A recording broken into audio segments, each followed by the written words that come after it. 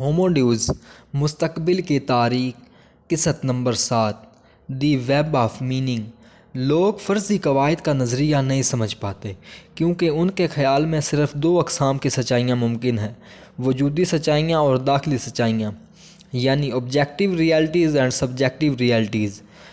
وجودی سچائیوں میں اشیاء ہمارے اعتقادات اور حسیات سے ماورا وجود رکھتی ہیں۔ مثلاً کشش ثقل ایک وجودی حقیقت ہے، یہ نیوٹن سے پہلے بھی موجود تھی اور یہ ان لوگوں پر بھی برابر کارگر ہے جو اس پر یقین نہیں رکھتے، بالکل اسی طرح جیسے ان پر جو اس پر یقین رکھتے ہیں۔ جبکہ داخلی سچائیاں میرے ذاتی یقین اور حسیات پر مبنی ہیں۔ فرض کیجئے میں شدید سر درد میں مبتلا ڈاکٹر کے پاس جاتا ہوں۔ ڈاکٹر میرا مکمل معائنہ کرنے کے باوجود کوئی خرابی نہیں دیکھتا، تو وہ مجھے خون، ڈی این اے کے ٹیسٹ، ایکس رے، ای کے جی، ایم آر آئی اسکین اور بہت سی دوسری عملیات سے گزارتا ہے۔ جبکہ سب نتائج مل جاتے ہیں تو وہ اعلان کرتا ہے کہ میں بالکل تندرست ہوں اور گھر جا سکتا ہوں، لیکن میرے سر میں درد اب بھی باقی ہے۔ گو وجودی امتحان مجھ میں کوئی خرابی تلاش کرنے میں ناکام رہے ہیں اور گو میرے علاوہ کوئی بھی یہ درد محسوس نہیں کر رہا، لیکن میرے لیے تو یہ درد 100% حقیقی ہے۔ زیادہ تر افراد یہی سمجھتے ہیں کہ سچائی وجودی ہے یا داخلی، اور کوئی تیسرا امکان نہیں ہے۔ بین الذاتی سچائی۔ یہ بین الذاتی سچائیاں بہت سے افراد کے درمیان رابطے پر منحصر ہوتی ہیں، فرد کے اعتقادات یا احساسات پر نہیں۔ تاریخ کے اکثر اہم محرکات بین الذاتی ہیں۔ مثلاً دولت کی کوئی وجودی حیثیت نہیں۔ آپ ڈالر کے نوٹ کو کھا سکتے ہیں، پی سکتے ہیں اور نہ اوٹ سکتے ہیں، لیکن جب تک اربوں افراد اس کی قدر پر یقین کرتے ہیں تو آپ اس سے غذا، مشروب اور لباس خرید سکتے ہیں۔ اگر نان بائی اچانک ڈالر کے نوٹ پر یقین کرنا چھوڑ دے اور اس ہرے کاغذ کے بدلے مجھے روٹی دینے سے انکار کر دے تو اس سے زیادہ فرق نہیں پڑے گا۔ میں ذرا سا آگے بڑھ کر نزدیکی سپر مارکیٹ میں چلا جاؤں گا، لیکن اگر سپر مارکیٹ کے کیشیئر، چھابڑی والے اور دکاندار بھی کاغذ کے اس ٹکڑے کو قبول کرنے سے انکار کر دیں تو یہ ڈالر بے حیثیت ہے۔ ہرا کاغذ برقرار رہے گا لیکن بے حیثیت ہو جائے گا۔ ایسی باتیں وقتاً فوقتاً ہوتی رہتی ہیں۔ 3 نومبر 1985 کو میانمار کی حکومت نے غیر متوقع طور پر اعلان کیا کہ 25، 50 اور 100 کے عدد کے نوٹوں کی اب کوئی قانونی حیثیت نہیں۔ لوگوں کو نوٹ تبدیل کرانے کا کوئی موقع فراہم نہیں کیا گیا اور لمحے بھر میں زندگی بھر کی جمع پونجی بے حیثیت کاغذ کا ڈھیر بن گئی۔ ان متروکہ نوٹوں کی جگہ حکومت نے نئے 75 ڈالر کے نوٹوں کا اجرا کیا۔ کہا جاتا ہے کہ میانمار کے ڈکٹیٹر جنرل نیون کی 75ویں سالگرہ کے اعزاز میں تھے۔ اگست 1986 میں 15 اور 35 کے عدد کے نوٹ جاری کیے گئے۔ افواہ یہی ہے کہ وہ ڈکٹیٹر علم اعداد پر بہت یقین رکھتا تھا اور اس کے خیال میں 15 اور 35 بہت خوش قسمت اعداد تھے، لیکن اس کے عوام کے لیے تو یہ خوش قسمتی کا پیغام نہیں لائے۔ 5 ستمبر 1987 کو حکومت نے اچانک اعلان کیا کہ اب 35 اور 75 کے نوٹ بھی قبول نہیں کیے جائیں گے۔ ایک بار لوگ یقین کرنا چھوڑ دیں تو صرف پیسہ ہی اپنی قیمت نہیں کھوتا، قوانین، خداوند اور مکمل سلطنتیں بھی اس انتہا سے دوچار ہو سکتی ہیں۔ ایک لمحہ وہ دنیا کو سنوارنے میں مصروف ہوتی ہیں تو دوسرے لمحے وہ وجود کھو دیتی ہیں۔ زیوس اور ہیرا ایک زمانے میں بحیرہ روم کی عظیم طاقتیں تھیں، لیکن آج ان پر کوئی یقین نہیں رکھتا، تو وہ کسی طاقت سے آری ہیں۔ ایک زمانے میں سوویت یونین پوری نوع انسان کو مٹا سکتا تھا، لیکن چند لمحوں میں ہی اس کا وجود ختم ہو گیا۔ 8 دسمبر 1991 کو 2 بجے وسکولی کے نزدیک ایک کاٹیج میں روس، یوکرین اور بیلاروس کے رہنماؤں نے بیلاویزا کے معاہدے پر دستخط کیے، جس میں اعلان کیا گیا تھا کہ ہم بیلاروس، روسی فیڈریشن اور یوکرین متحدہ سوویت سوشلسٹ ریپبلک کے بانیوں کی حیثیت سے، جو 1922 کے یونین معاہدے کے دستخط کنندگان ہیں، یہ اعلان کرتے ہیں کہ بین الاقوامی قوانین اور عرضی سیاسی وجود کے طور پر متحدہ سوویت سوشلسٹ ریپبلک کا وجود ختم ہو گیا ہے۔ یوں یہ بات ختم ہو گئی، سوویت یونین باقی نہیں رہا۔ یہ ماننا نسبتاً آسان ہے کہ پیسہ ایک بین الذاتی سچائی ہے۔ زیادہ تر افراد یہ بھی خوشی سے تسلیم کر لیتے ہیں کہ قدیم یونانی خدا شیطانی سلطنتیں اور خارجی ثقافتوں کی اقدار صرف خیالی ہیں، لیکن ہم یہ ماننے کو تیار نہیں کہ ہمارا خدا، ہماری قوم یا ہماری اقدار محض خیالی ہے، کیونکہ ان ہی چیزوں سے تو ہماری زندگی مرتب ہے۔ ہم یہ یقین کرنا چاہتے ہیں کہ ہماری زندگیوں کا کوئی دوسرا وجودی مقصد ہے اور ہماری قربانیوں کا محض ہماری فرضی داستانوں سے بالا بھی کوئی مقصد ہے، لیکن در حقیقت بیشتر افراد کی زندگیوں کا مقصد کہانیوں کے ان ہی سلسلوں تک محدود ہے اور وہ ایک دوسرے کو سناتے رہتے ہیں۔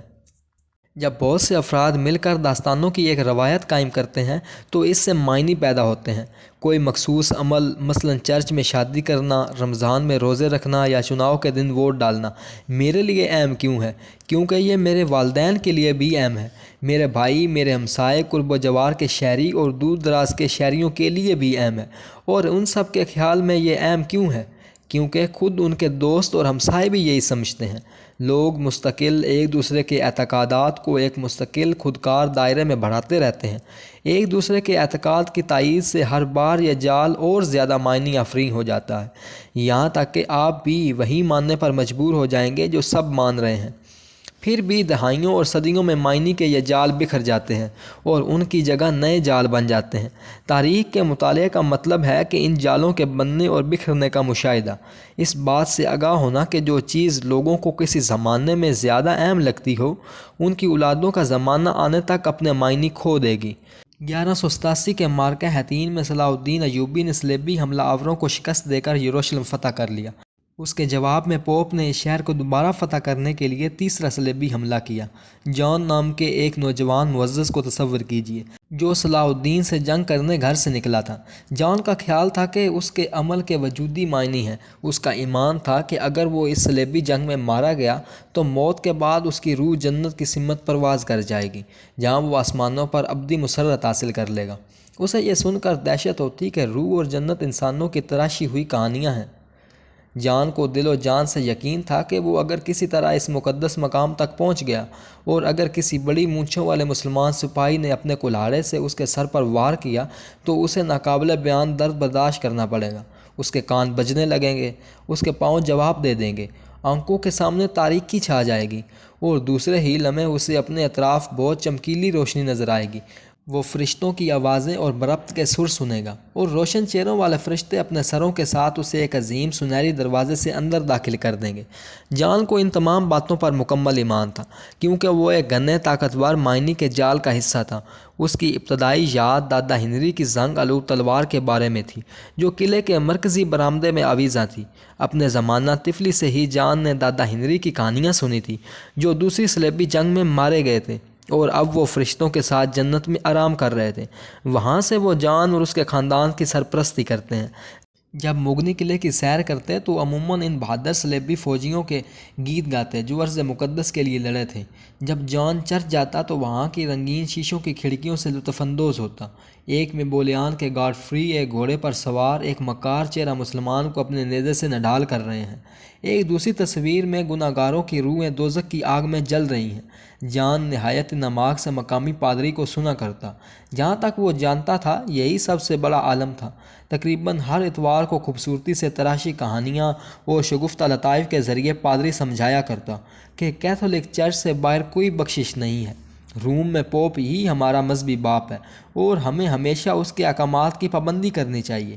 اگر ہم نے قتل کیا یا چوری کی تو خدا ہمیں واصل جہنم کرے گا، لیکن اگر ہم نے بے دین مسلمانوں کو قتل کیا تو خدا جنت میں ہمارا استقبال کرے گا۔ ایک دن جب جان بمشکل 18 برس کا ہوا تھا، ایک اشفتہ حال نائٹ قلعے کے دروازے سے اپنے گھوڑے پر سوار داخل ہوا اور ابھرائی ہوئی آواز میں یہ خبر سنائی کہ حطین میں صلاح الدین نے صلیبی جانبازوں کی فوج کو تباہ کر دیا ہے۔ یروشلم ہاتھ سے نکل چکا ہے۔ پوپ نے ایک نئی صلیبی جنگ کا اعلان کیا ہے، جس میں ہلاک ہونے والوں کے لیے ابدی نجات کی خوشخبری ہے۔ چاروں طرف لوگ حیران و پریشان نظر آنے لگے، لیکن جان کا چہرہ کسی الوہی نور سے چمک اٹھا اور اس نے اعلان کیا، میں کافروں سے لڑ کر یروشلم آزاد کرواؤں گا۔ ایک لمحے کے لیے سب خاموش ہو گئے اور پھر سب کے چہروں پر آنسو اور مسکراہٹیں نظر آنے لگی۔ اس کی ماں نے اپنے آنسو پونچھے جان کو گلے سے لگایا اور اسے بتایا وہ ایک قابل فخر سپوت ہے۔ اس کے باپ نے بھی زور سے اس کی پیٹھ تھپک کر شاباشی دی اور بولا کہ بیٹا اگر میں تمہاری عمر کا ہوتا تو میں بھی تمہارے ساتھ چلتا۔ ہمارے خاندان کی عزت کا سوال ہے، مجھے یقین ہے کہ تم ہمیں مایوس نہیں کرو گے۔ اس کے دو دوستوں نے بھی ہمراہ جانے کا اعلان کیا۔ دریا کے اس پار سے جان کے جانی دشمن بیرن نے بھی آ کر اسے خدا کی رحمتوں کی دعا دی۔ جب وہ قلعے سے نکلا تو قصبے کے لوگوں نے اپنی سوختہ قامتوں سے باہر نکل کر اسے خدا حافظ کہا۔ حسین لڑکیاں تمنا بھری نگاہوں سے اس 72 صلیبی جنگجو کو دیکھنے لگیں۔ جو کافروں سے جنگ کرنے جا رہا تھا۔ جب وہ انگلستان سے پانی کے جہاز میں روانہ ہوا اور اجنبی زمینوں کا رخ کیا، نارمنڈی، پروینس، سسلی تک بیرونی ممالک سے مزید نائٹ شامل ہو گئے۔ سب کا وہی یقین، سب کی وہی منزل۔ جب بالآخر یہ فوج ارض مقدس پر اتری اور صلاح الدین ایوبی کے مقامیوں سے مصرف پیکار ہوئی، تو جان یہ معلوم کر کے حیران رہ گیا کہ یہ عرب بدو بھی اس جیسا ہی ایمان رکھتے ہیں۔ یقیناً وہ ذرا بہک گئے تھے اور یہ سمجھنے لگے تھے کہ عیسائی کافر ہیں اور یہ مسلمان ہیں جو خدا کی مرضی کی اطاعت کر رہے ہیں۔ لیکن اس بنیادی یقین پر ان کا ایمان تھا کہ وہ خدا کی راہ میں یروشلم کے لیے جنگ کر رہے ہیں اور مرنے کے بعد سیدھے جنت میں جائیں گے۔ یوں ایک ایک تار جوڑ کر قدیم تہذیب نے معنی آفرینی کا جال بنا، جس میں جان اور اس کے ہم عصر مکھیوں کی مانند پھنس گئے۔ جان کے لیے یہ ناقابل تصور تھا کہ یہ سب کہانیاں ہیں، محض تصور کا کرشمہ ہے۔ ممکن ہے کہ اس کے باپ، ماموں اور چچا غلطی پر رہے ہوں، لیکن وہ تمام مغنی، اس کے سارے دوست، قصبے کی لڑکیاں، وہ عالم پادری، دریا کے اس پار سے بیرن، روپ میں مقیم پوپ، پروینس اور سسلی کے نائٹ، بلکہ یہ مسلمان تک، کیا یہ ممکن تھا کہ یہ سب محض شراب سے فریب کھا رہے ہوں؟ وقت گزرتا گیا۔ محرک کیا دیکھتا ہے کہ معنی کا ایک جال بکھرا تو اس کی جگہ ایک اور بن گیا۔ جان کے والدین مر گئے، پھر اس کے مال جائے اور دوست بھی۔ اب مغنی صلیبی جنگوں کے نغموں کی جگہ نئے رواج کے مطابق اسٹیج ڈراموں میں محبت کے المیہ گیت گانے لگے۔ وہ خاندانی قلعہ جو آتش زدگی میں زمین بوس ہوا، جب وہ دوبارہ تعمیر ہوا تو اس میں دادا ہنری کی تلوار کا کہیں نشان نہیں تھا۔ چرچ کی کھڑکیاں ایک طوفان کے ہاتھوں ٹوٹ گئیں اور نئے شیشوں میں بوئلین کے گاڈ فری یا جہنم رسیدہ گناہگاروں کی تصویر کے بجائے انگلستان کے بادشاہ کی فرانس کے بادشاہ پر عظیم فتح کے نقوش تھے۔ مقامی پادری نے پوپ کو ہمارا مقدس باپ کہنا ترک کر دیا تھا، اب اسے روم کا وہ شیطان کہا جاتا تھا۔ قریبی جامعہ میں محققین قدیم یونانی مخطوطات کا مطالعہ کر رہے تھے، مردہ اجسام کی چیر پھاڑ کر رہے تھے، اور بند دروازوں کے پیچھے سرگوشیاں ابھرنے لگی تھیں کہ شاید روح نام کی کسی شے کا وجود نہیں ہے۔ یوں ہی سال گزرتے گئے۔ جہاں کبھی قلعہ تھا، اب وہاں ایک شاپنگ مال ہے۔ مقامی سینما میں مونٹی پائتھون اور مقدس پیالہ نہ جانے کب سے دکھائے جا رہے ہیں۔ ایک خالی گرجے میں بوریت کا شکار ایک پادری دو جاپانی سیاحوں کو داخل ہوتے دیکھ کر کھل اٹھتا ہے۔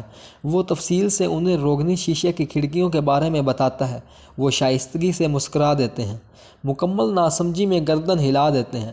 باہر سیڑھیوں پر چند نو عمروں کا شور مچاتا گروہ اپنے آئی فون سے الجھا ہوا ہے۔ وہ یوٹیوب پر جان لینن کے گیت سوچو، امیجن کا ایک ریمکس دیکھ رہے ہیں۔ فرض کرو کہ کوئی جنت نہیں ہے، جان لینن گا رہا ہے، اگر کوشش کرو تو یہ آسان ہے۔ ایک پاکستانی خاکروب سڑک کنارے جھاڑو دے رہا ہے۔ قریب ہی ایک ریڈیو سے خبریں نشر ہو رہی ہیں۔ شام میں ہلاکتوں کا سلسلہ جاری ہے اور سیکورٹی کونسل کا اجلاس کسی نتیجے پر پہنچے بغیر ختم ہو گیا ہے۔ وقت میں اچانک ایک کھڑکی کھلتی ہے اور روشنی کے ایک پراسرار کرن ایک نو عمر چہرے کو منور کرتی ہے، جو اعلان کر رہا ہے کہ میں کفار سے جنگ کر کے ارض مقدس کو آزاد کرواؤں گا۔ کفار اور ارض مقدس، آج کے انگلستان میں بیشتر افراد کے لیے یہ الفاظ بے معنی ہیں۔ پادری تک یہی سمجھے گا کہ شاید اس نو عمر کو کوئی نفسیاتی دورہ پڑ گیا ہے، لیکن اگر کوئی انگریز نوجوان ایمنسٹی انٹرنیشنل میں شامل ہو کر شام کا سفر کرے تاکہ وہ مہاجرین کے انسانی حقوق کا تحفظ کر سکے تو اسے ہیرو کا درجہ حاصل ہوگا۔ قرون وسطیٰ میں لوگ یہ سمجھتے کہ وہ پاگل ہو گیا ہے۔ 12ویں صدی کے انگلستان میں تو کوئی جانتا تک نہیں تھا کہ انسانی حقوق کیا چیز ہیں۔ تم مشرق وسطیٰ میں جا کر مسلمانوں کو قتل کرنے میں اپنی جان خطرے میں ڈالنے کی بجائے مسلمانوں کے ایک گروہ کو دوسرے سے محفوظ کرنا چاہتے ہو۔ یقیناً تم پاگل ہو گئے ہو۔ تاریخ اسی طرح آگے بڑھتی ہے۔ لوگ معنی کا ایک جال بن لیتے ہیں، پھر دل و جان سے اس پر یقین کرنے لگتے ہیں۔ جلد یا بدیر یہ جال بکھر جاتا ہے اور جب ہم مڑ کر دیکھتے ہیں تو ہمیں سمجھ میں نہیں آتا کہ کوئی اس پر کیسے یقین کر سکتا تھا۔ پیچھے مڑ کر دیکھیے تو جنت کی امید میں صلیبی جنگجو پر روانگی دیوانگی کی معلوم ہوتی ہے۔ اسی طرح ماضی میں جھانکیں تو سر جنگ اس سے بھی بڑی حماقت معلوم ہوگی۔ 30 برس پہلے افراد کمیونسٹ جنت پر اعتقاد کی وجہ سے جوہری تباہ کاری کا خطرہ مول لینے کو تیار تھے۔ اسی طرح 100 سال بعد جمہوریت اور انسانی حقوق پر ہمارا یقین ہمارے ورثاء کو اتنا ہی ناقابل یقین لگ سکتا ہے۔ ڈریم ٹائم، خواب کا وقت، سیپین دنیا پر اس لیے حاکم ہے کیونکہ صرف وہی معنی کا بین الذاتی جال بن سکتے ہیں۔ قوتوں، قوانین، اداروں اور مقامات کا جال جو صرف ان کے مشترکہ مفروضوں سے ہی بنا جا سکتا ہے۔ صرف یہ جال ہی انسانوں کو صلیبی جنگجو، سوشلسٹ انقلاب اور انسانی حقوق کی تاریخ چلانے کے قابل کر سکتا ہے۔ دوسرے جانور بھی بہت سی چیزیں فرض کر سکتے ہیں۔ کسی چوہے کے شکار کی منتظر بلی ممکن ہے کہ چوہے کو نہ دیکھ سکے، لیکن وہ اس کی حیت اور ذائقہ تک تصور تو کر سکتی ہے۔ لیکن جہاں تک ہمیں علم ہے، بلیاں صرف دنیا میں مادی وجود رکھنے والی چیزوں کا ہی تصور کر سکتی ہیں۔ جیسے چوہے وہ ایسی چیزیں تصور نہیں کر سکتے جو انہوں نے کبھی دیکھی نہ ہوں، نہ سونگی اور نہ کبھی ان کا ذائقہ چکھا ہو۔ مثلاً امریکی ڈالر، گوگل کارپوریشن یا یورپی اشتراک، صرف سیپین ہی ایسی عجیب الخلقت سوچ پر قادر ہیں۔ لہٰذا جہاں بلیاں اور دوسرے حیوانات صرف وجودی سچائی تک محدود رہتے ہیں اور اپنے باہمی رابطے کے نظام سے صرف سچائی ہی بیان کرتے ہیں، سیپین زبان کے استعمال سے بالکل نئی سچائیاں تخلیق کرتے ہیں۔ گزشتہ 70,000 سالوں میں سیپین نے جو بین الشخصی سچائیاں وضع کیں وہ مزید طاقتور ہو گئی اور آج دنیا پر حاوی ہیں۔ کیا چمپینزی، ہاتھی، ایمیزون کے برساتی جنگلات اور قطب جنوبی کے برفانی تودے 21ویں صدی کو برداشت کر سکیں گے؟ اس کا انحصار بین الشخصی اداروں کی مرضی اور فیصلوں پر مبنی ہے۔ مثلاً یورپی اشتراک اور ورلڈ بینک، وہ ادارے جو صرف ہمارے مشترکہ تصور میں زندہ ہیں۔ کوئی جانور ہمارے مقابلے پر کھڑا نہیں ہو سکتا، اس لیے نہیں کہ ان میں ذہن یا روح کا فقدان ہے، بلکہ اس لیے کہ وہ ضروری تصورات سے عاجز ہیں۔ شیر بھاگ سکتے ہیں، چھلانگ لگا سکتے ہیں، ادھیڑ اور کاٹ سکتے ہیں، لیکن وہ کوئی بینک اکاؤنٹ کھول سکتے ہیں اور نہ مقدمہ دائر کر سکتے ہیں۔ اور 21ویں صدی کا کوئی بینکر جو یہ جانتا ہو کہ مقدمہ کیسے دائر کرتے ہیں، جنگل کے خوفناک ترین شیر سے بھی زیادہ طاقتور ہے۔ بین الشخصی اداروں کو تشکیل دینے کی اہلیت نہ صرف انسانوں کو حیوانوں سے ممتاز کرتی ہے، بلکہ علم انسانیت کو دوسرے علوم حیات سے علیحدہ کرتی ہے۔ مورخ بین الشخصی اداروں مثلاً خداؤں اور قوموں کی تشکیل سمجھنا چاہتے ہیں، جبکہ حیاتیات دان ان چیزوں کی موجودگی پر زیادہ یقین نہیں رکھتے۔ کچھ کا خیال ہے کہ بس اگر ہم جینیات کے کوڈ توڑ لیں اور دماغ کے ہر خلیے کا نقشہ بنا سکیں تو ہم انسانیت کے ہر راز سے آگاہ ہو جائیں گے۔ آخرکار انسان اگر کسی روح سے عاری ہے اور اگر افکار، احساسات اور جذبات محض حیاتیاتی کیمیا کے الگورتھم ہیں تو بھلا حیاتیات انسانی معاشرے کے تغیرات کو کیوں نہیں سمجھ سکتی؟ اور صلاح الدین سے مقامات مقدسہ کے لیے جنگ پر جانے والے انگریز نائٹ ان بھیڑیوں سے زیادہ مختلف نہیں جو کسی ہمسایہ گروہ کے علاقے پر قابض ہونے کی کوشش کر رہے ہوں۔ اس کے مقابلے میں انسانیت بین الشخصی اداروں کی بنیادی ضرورت پر زور دیتی ہے، جنہیں محض خلیوں اور ہارمونوں سے بیان نہیں کیا جا سکتا۔ تاریخی انداز فکر کا مطلب ہوگا کہ ہم اپنی فرضی کہانیوں کے مشن کو سچی طاقت عطا کریں۔ یقیناً تاریخ دان خارجی عناصر کو نظر انداز نہیں کرتے، مثلاً موسمیاتی تبدیلیاں، جینیاتی تبدیلیاں، لیکن وہ انسانوں کی مفروضہ کہانیوں کو زیادہ اہمیت دیتے ہیں اور ان پر یقین رکھتے ہیں۔ شمالی اور جنوبی کوریائی باشندے ایک دوسرے سے اس لیے مختلف نہیں کہ پیانگ یانگ کے لوگوں کی جینیات سیول کے لوگوں سے مختلف ہیں، اور نہ اس لیے کہ شمالی کوریا زیادہ سرد ہے یا اس میں زیادہ پہاڑ ہیں، بلکہ اس لیے کیونکہ شمالی کوریا میں مختلف مفروضے حاوی ہیں۔ ممکن ہے کہ کسی وقت اعصابی حیاتیات میں ترقی سے ہم کمیونزم کو سمجھ سکیں اور صلیبی مہمات کو خالص حیاتیاتی کیمیائی زبان میں بیان کر سکیں، لیکن ہم اس مقام سے بہت دور ہیں۔ 21ویں صدی میں حیاتیات اور تاریخ کے درمیان فاصلہ مٹ جائے گا، اس لیے نہیں کہ ہم تاریخی واقعات کی حیاتیاتی وجوہات دریافت کر لیں گے، بلکہ اس لیے کہ نظریاتی مفروضے ڈی این اے کو دوبارہ بیان کریں گے، سیاسی اور اقتصادی مفادات ماحول کو از سرِ نو مرتب کریں گے، اور دریاؤں کے جغرافیہ کی جگہ سائبر اسپیس لے لے گا۔ جیسے انسانی مفروضے جینیاتی اور الیکٹرانک کوڈ میں ڈھلیں گے تو بین الشخصی سچائیاں خارجی حقائق کو ہڑپ کر لیں گی اور حیاتیات تاریخ میں ضم ہو جائیں گی۔ لہٰذا 21ویں صدی میں شاید مفروضے دنیا کی سب سے اہم قوت بن جائیں، وہ بھٹکتے شہاب ثاقب اور فطری چناؤ کو بھی پیچھے چھوڑ دیں۔ لہٰذا اگر ہم اپنے مستقبل کو سمجھنا چاہیں تو صرف جینوم کو سمجھ لینا یا اعداد و شمار ڈیٹا ہی کافی نہیں، ان مفروضوں کو بھی سمجھنے کی ضرورت ہے جو اس دنیا پر حاکم ہے۔ ہومو سیپین تصویر کائنات میں رنگ بھرتے ہیں۔ دی سٹوری ٹیلرز، قصہ گو۔ بھیڑیے اور چمپینزی جیسے جانور دور احساس کے ساتھ زندہ رہتے ہیں۔ ایک طرف تو وہ خارجی موجودات سے مانوس ہیں، مثلا درخت، پتھر اور دریا، دوسری جانب وہ اپنے اندرونی تجربات سے بھی آگاہ ہیں، مثلا خوف، مسرت اور خواہش۔ اس کے مقابلے میں سیپین تیری سچائیوں کے ساتھ زندہ رہتے ہیں۔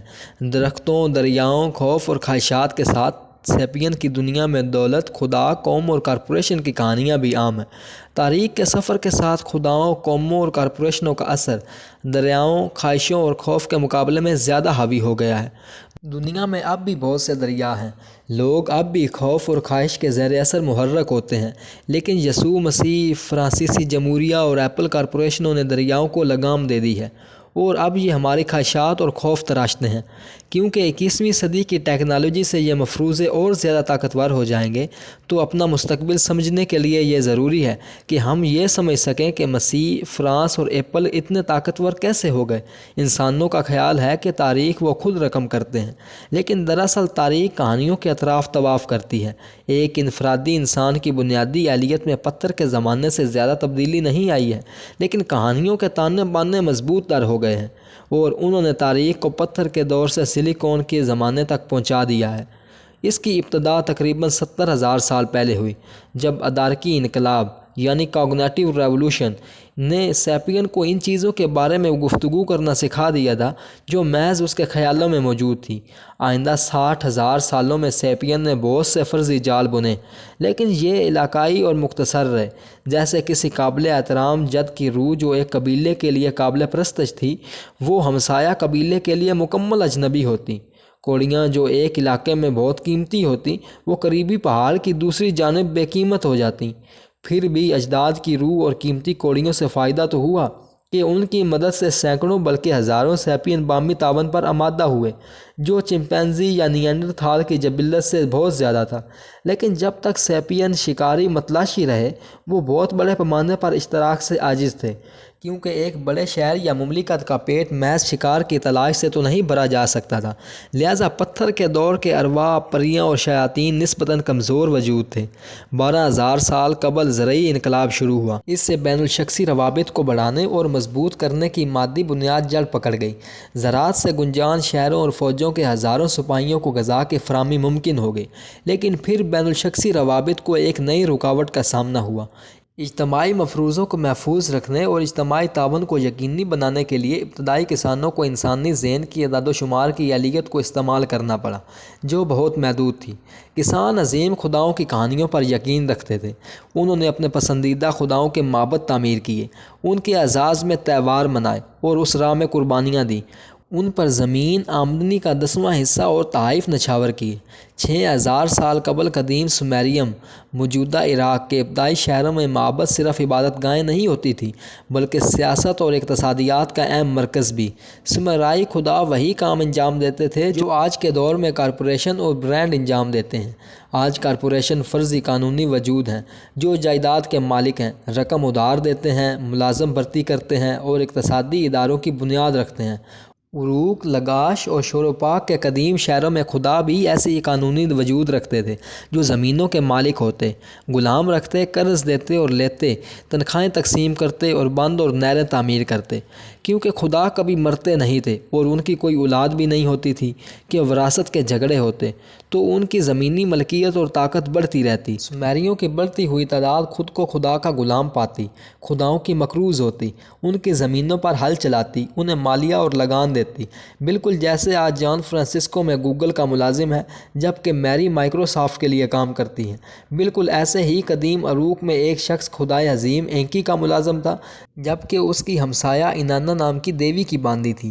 اینکی اور اناننا کے معبد عروق کے منظرنامے پر حاوی رہتے اور ان کے علامتی نشانات عمارتوں، ملبوسات اور مصنوعات پر نمایاں ہوتے۔ سومیریوں کے لیے اینکی اور اناننا ایسے ہی حقیقی وجود تھے جیسے آج ہمارے لیے گوگل اور مائیکروسافٹ۔ پتھر کے دور کے سابقہ بتوں اور ارواح کے مقابلے میں سومیری خدا بہت طاقتور وجود تھے۔ یہ بتانے کی تو ضرورت نہیں ہے کہ در حقیقت خدا یا کاروبار نہیں چلاتے تھے، کیونکہ سوائے انسان انسانی مفروضوں کے تو وہ کہیں وجود نہیں رکھتے تھے۔ روزمرہ کے معاملات کو عبادت گاہ کا راہب دیکھتا، بالکل جیسے گوگل اور مائیکروسافٹ کو اپنے معاملات چلانے کے لیے گوشت پوش کے بنے انسان ملازم رکھنے پڑتے ہیں۔ لیکن جیسے خداؤں کی طاقت اور ملکیت بڑھتی گئی تو یہ راب ان معاملات کے لیے ناکافی ہو گئے۔ ممکن ہے کہ وہ عظیم آسمانی خداؤں یا عالم غیب زمینی دیویوں کے نمائندے رہے ہوں، لیکن وہ خود تو خطا کار فانی وجود ہی تھے۔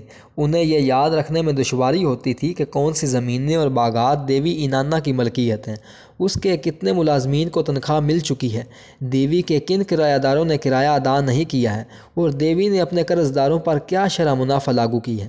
یہ ایک اہم وجہ تھی کہ سومیر اور دنیا بھر میں بہت سی دوسری جگہوں پر زرعی انقلاب کے ہزاروں سال بعد بھی انسانی اشتراک کے نظام بہت زیادہ نہیں بڑھ سکے۔ کوئی عظیم سلطنتیں، وسیع تجارتی نظام اور کوئی آفاقی مذاہب جنم نہ لے سکے۔ یہ رکاوٹ بہرحال کوئی 5000 قبل مسیح میں دور ہوئی، جب سومریوں نے تحریر اور پیسہ دونوں چیزیں ایجاد کیں۔ یہ سیامی جڑواں جو ایک ہی والدین، ایک ہی وقت اور ایک ہی مقام پر پیدا ہوئے ہیں، انہوں نے انسانی دماغ کی محدود اعداد و شمار جمع کرنے کی حدود کو توڑ دیا۔ تحریر اور پیسے نے یہ ممکن کر دیا کہ لاکھوں افراد سے مالیہ وصول کیا جا سکے، پیچیدہ نوکرشائی مرتب ہو سکے اور وسیع مملکتیں قائم کر سکیں۔ سومیر میں یہ مملکتیں خداؤں کے نام پر انسانی پادری بادشاہ چلاتے رہے تھے، جبکہ ہمسایہ وادی نیل میں افراد ایک قدم مزید آگے بڑھ گئے اور انہوں نے پادری بادشاہ کو خدا سے ملا کر ایک زندہ دیوتا ایجاد کر لیا۔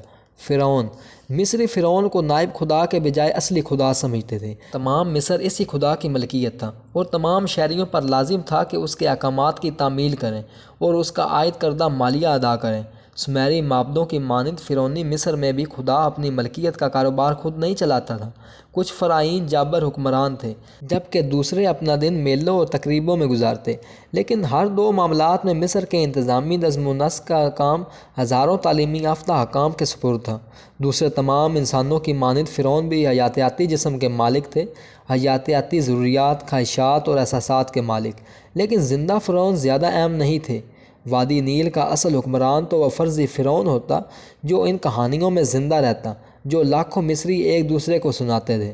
جبکہ فرعون دارالحکومت ممفس میں اپنے محل میں بیٹھا انگور نوش جام کر رہا ہوتا تھا اور اپنی بیویوں اور کنیزوں سے لطف اندوز ہوتا تھا، تو اس کے حکام بحیرہ روم کے ساحل سے نیوبیا، جو آج کا سوڈان ہے، کے صحرا تک پھیلی سلطنت کا دورہ کرتے۔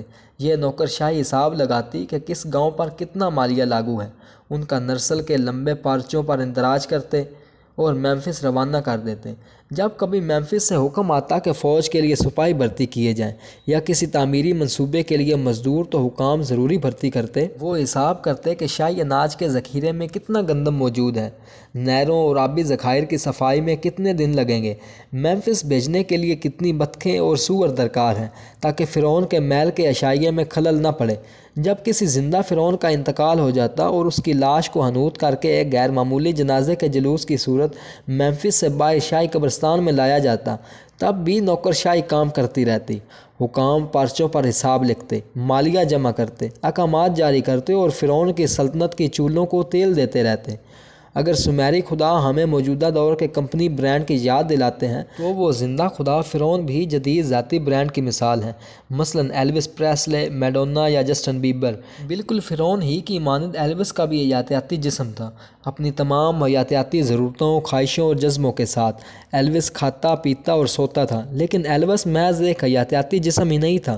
فرعون کی مانند ایلوس بھی ایک کہانی تھا، ایک مفروضہ، ایک برانڈ، اور یہ برانڈ حیاتیاتی جسم سے کہیں زیادہ اہم تھا۔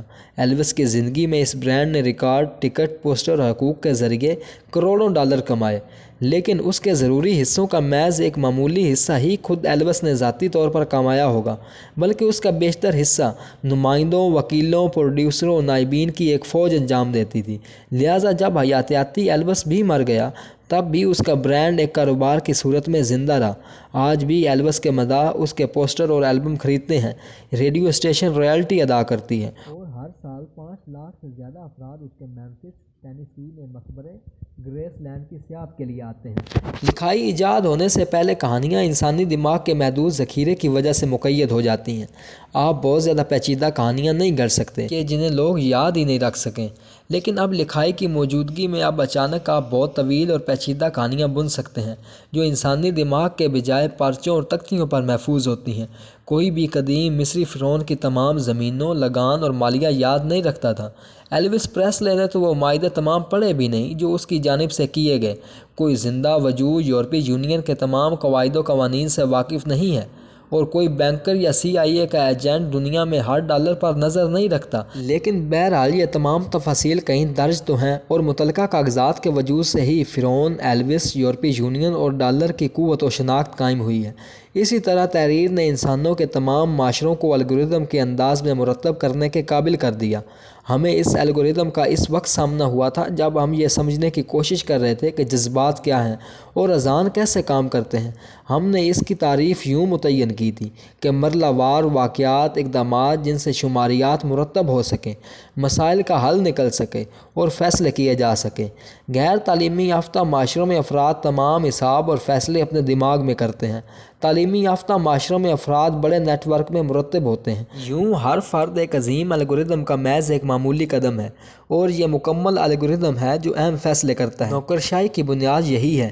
ایک جدید اسپتال کی مثال لیجئے۔ جب آپ یہاں پہنچتے ہیں تو آپ کو استقبالیہ سے ایک معمول کا فارم ملتا ہے جس پر پہلے سے طے شدہ سوالات آپ سے پوچھے جاتے ہیں۔ آپ کے جوابات ایک نرس کو بڑھا دیے جاتے ہیں جو اسپتال کے قوانین اور ان سے موازنہ کر کے یہ طے کرتی ہے کہ آپ کے لیے کون سے ابتدائی ٹیسٹ ضروری ہیں۔ پھر وہ آپ کے خون کا دباؤ اور نبض کی رفتار ناپتی ہے اور خون کا نمونہ حاصل کرتی ہے۔ موقع پر موجود ڈاکٹر ابتدائی نتائج دیکھ کر ایک اور ضابطے کے تحت یہ طے کرتے ہیں کہ آپ کو کس وارڈ میں داخل ہونا ہے۔ وارڈ میں پہنچ کر آپ کا اور زیادہ تفصیلی معائنہ ہوتا ہے، مثلاً ایکس رے اور MRI جن کا طب کی تدریسی کتابوں نے مشورہ دیا ہو۔ پھر ماہرین ان نتائج کا شماریات میں جمع نتائج کے ذخیرے سے موازنہ کرتے ہیں تاکہ یہ طے ہو سکے کہ آپ کو کون سی دوا دینی ہے یا آپ کو مزید کن امتحانات کی ضرورت ہے۔ الگورتھم کی تنظیم اس بات کو یقینی بناتی ہے کہ استقبالیہ، کلرک، نرس یا ڈاکٹر کے بدلنے سے کوئی فرق نہیں پڑے۔ ان کی شخصیت کا روپ، ان کے سیاسی رجحانات اور ان کے لمحاتی رویوں سے علاج پر کوئی فرق نہیں پڑے۔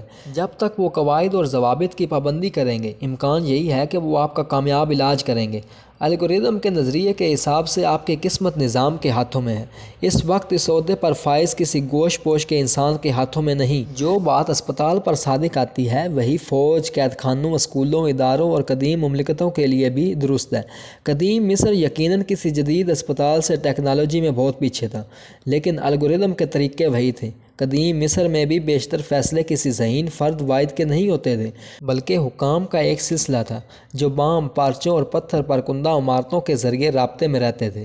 زندہ خدا فرعون کے نام پر یہ نیٹ ورک انسانی معاشرے کو تراشتا اور فکری دنیا کو شکل دیتا تھا۔ مثلاً فرعون سینوسر سوئم اور اس کے بیٹے امینیم ہات سوئم جو مصر پر 1878 سے 1814 قبل مسیح کے درمیان حاکم رہے، انہوں نے نیل کو وادی فیوم سے ملانے والی ایک وسیع نہر تعمیر کی۔ پشتوں، بندوں اور چھوٹی نہروں کے ایک پیچیدہ نظام کے ذریعے نیل کے کچھ پانی کا رخ فیوم کی جانب موڑ دیا گیا، اور یوں ایک وسیع مصنوعی جھیل تیار ہوئی جو 13 کھرب گیلن پانی ذخیرہ کرتی تھی۔ اس کے مقابلے میں میڈ نامی جھیل جو امریکہ میں انسانوں کی بنائی ہوئی سب سے بڑی مصنوعی جھیل ہے جو ہوور بند سے تعمیر ہوئی، وہ زیادہ سے زیادہ 9 کھرب گیلن پانی ذخیرہ کرتی ہے۔ فیوم انجینئرنگ کے منصوبے نے فراعین کو یہ قوت دی کہ نیل کو زیر کر سکیں، تباہ کن طوفانوں کو روک سکیں اور قحط کے زمانے میں قیمتی پانی کی فراہمی یقینی بنائی جا سکے۔ اس کے علاوہ اس نے وادی فیوم کو بنجر صحرا کے وسط میں مگرمچھوں سے بھری ایک دلدل کو مصر میں اناج کی پیداوار کا اہم مقام بنا دیا۔ اس نئی مصنوعی جھیل کے کنارے پر شہادت کا ایک نیا شہر قائم ہوا جسے یونانیوں نے مگرمچھ آباد کروکوڈیلوپولی کا نام دیا۔ اس میں مگرمچھوں کے خدا سوبیک کا معبد نمایاں تھا جو فرعون سے نسبت رکھتا تھا۔ اس زمانے کے کچھ مجسموں میں فرعون کو مگرمچھ کے سر کے ساتھ دکھایا گیا ہے۔ اس معبد میں ایک مقدس مگرمچھ پیتیکوس رہتا جو سوبیت کی علامت سمجھا جاتا تھا۔ زندہ خدا فرعون کی مانند خدمتگار عابد اس زندہ ناخدا پیتیکوس کے ناز اٹھاتا، اس خوش قسمت جانور کو گوشت فراہم کرتے، کھلونے دیے جاتے، اسے سونے کا لبادہ پہنایا جاتا اور جواہرات سے جڑے ہوئے تاج بھی۔ آخر یہ پیتھیکوس ان عبدوں کا برانڈ تھا اور ان کی آمدنی و قوت اس پر منحصر تھی۔ جب پیتھیکوس مر جاتا تو فوراً ایک نیا مگرمچھ چن لیا جاتا تو اس کے نقش و قدم پر چل سکے۔ مردہ مگرمچھ کے جسم کو احتیاط سے حنوط کر دیا جاتا۔ سینوسار سوئم اور ایمینیم ہاتھ سوئم کے زمانے میں مصر میں نہ تو بلڈوزر تھے اور نہ ہی ڈائنامائٹ۔ ان کے پاس تو لوہے کے اوزار، کام کرنے والے گھوڑے یا پہیے تک نہیں تھے۔ مصر میں پہیہ 1500 قبل مسیح تک عام استعمال میں نہیں آیا تھا۔ اس زمانے میں کانسی کے ہتھیار جدید سمجھے جاتے تھے، لیکن وہ اس قدر قیمتی اور نایاب تھے کہ بیشتر تعمیراتی کام پتھر اور لکڑی کے اوزاروں سے کیا جاتا، جنہیں انسانی عضلاتی قوت استعمال میں لاتی۔ بہت سے لوگوں کا خیال ہے کہ قدیم مصر کے عظیم تعمیراتی منصوبے، وہ تمام بند، آبی ذخائر اور پیرامڈ آرام کسی خلائی دنیا کی مخلوق نے تعمیر کیے ہوں گے، ورنہ کوئی معاشرہ جس میں لوہا اور پہیہ بھی موجود نہ ہو ایسے عجوبے کیسے تعمیر کر سکتا ہے؟ سچ بہت مختلف ہے۔ مصریوں نے فیوم، جھیل اور آرام کسی خلائی مخلوق کی مدد سے نہیں بلکہ غیر معمولی تنظیمی صلاحیت سے بنائے۔ ہزاروں تعلیمی یافتہ نوکر شاہی کے بھروسے پر فرعون ہزاروں مزدور بھرتی کرتا، ان کی کئی سال کی غذا کا انتظام کیا جاتا۔ جب لاکھوں مزدور کئی دہائیوں تک باہمی تعاون کریں تو وہ پتھر کے اوزاروں سے بھی مصنوعی جھیل اور آرام تعمیر کر سکتے ہیں۔ فرعون نے خود تو ظاہر ہے ایک انگلی بھی نہیں ہلائی، اس نے مالیہ جمع کیا، نہ خود تعمیراتی منصوبے تیار کیے، اور کدال تو یقیناً کبھی نہیں اٹھایا۔ لیکن مصریوں کا ایمان تھا کہ صرف زندہ خدا فرعون اور اس کے آسمانی مربی سوبیک کی عبادت ہی وادی نیل کو تباہ کن سیلابوں اور قحط سے محفوظ رکھ سکتے ہیں۔ وہ درست تھے، فرعون اور سوبیک فرضی وجود تھے جو دریائے نیل میں پانی کی سطح بڑھا یا گھٹا نہیں سکتے تھے، لیکن جب کروڑوں افراد سوبیک پر ایمان رکھتے ہوں اور اس وجہ سے بند بنانے اور نہریں کھودنے میں اشتراک کریں تو سیلاب اور قحط نایاب ہو جاتے ہیں۔ سومیری خداؤں کے مقابلے میں پتھر کے دور کی ارواح کا تو خیر ذکر ہی کیا۔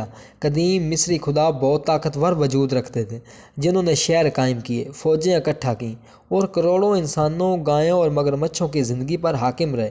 یہ بات شاید حیران کن لگے کہ ہم تعمیر اور حاکمیت کا سہرا فرضی وجودوں کے سر باندھ رہے ہیں، لیکن آج بھی ہم عادتاً یہی کہتے ہیں کہ امریکہ نے پہلے جوہری ہتھیار تیار کیا، چین نے 100 تہوں والا بند باندھا اور گوگل ایک خودکار گاڑی بنا رہا ہے، تو پھر ہم یہ کیوں نہیں کہہ سکتے کہ فرعون نے ایک آبی ذخیرہ تیار کیا یا سوبیک نے ایک نہر کھودی؟ لیونگ آن پیپر، کاغذی حیات، یوں لکھائی طاقتور فرضی وجودوں کے بننے میں مددگار ثابت ہوئی، جس نے کروڑوں افراد کو منظم کیا اور دریاؤں، دلدلوں اور مگرمچھوں کی حقیقت از زیر نو تراشی۔ اس کے ساتھ لکھائی سے انسانوں کے ایسے فرضی وجود پر یقین کرنا آسان ہو گیا، کیونکہ اس سے افراد کو علامات کے ذریعے سچائی کا تجربہ کرنے کی عادت ہو گئی۔ شکاری متلاشی اپنا دن درختوں پر چڑھنے، خمیاں تلاش کرنے اور سؤر و خرگوش کے تعاقب میں گزارتے۔ ان کی روزانہ کی سچائی درختوں، خنزیروں، خمیوں اور خرگوشوں پر مشتمل تھی۔ کسان سارا دن کھیتوں میں کام کرتے، ہل چلاتے، بیج بوتے، گندم پیستے اور پالتو جانوروں کی دیکھ بھال کرتے۔ ان کی روزانہ کی حقیقتوں میں ننگے پاؤں تلے گدلی زمین کو محسوس کرنا، بیلوں کی ہل کھینچنے کی خوشبو اور تنور سے اترتی گرم نان کا ذائقہ شامل تھا۔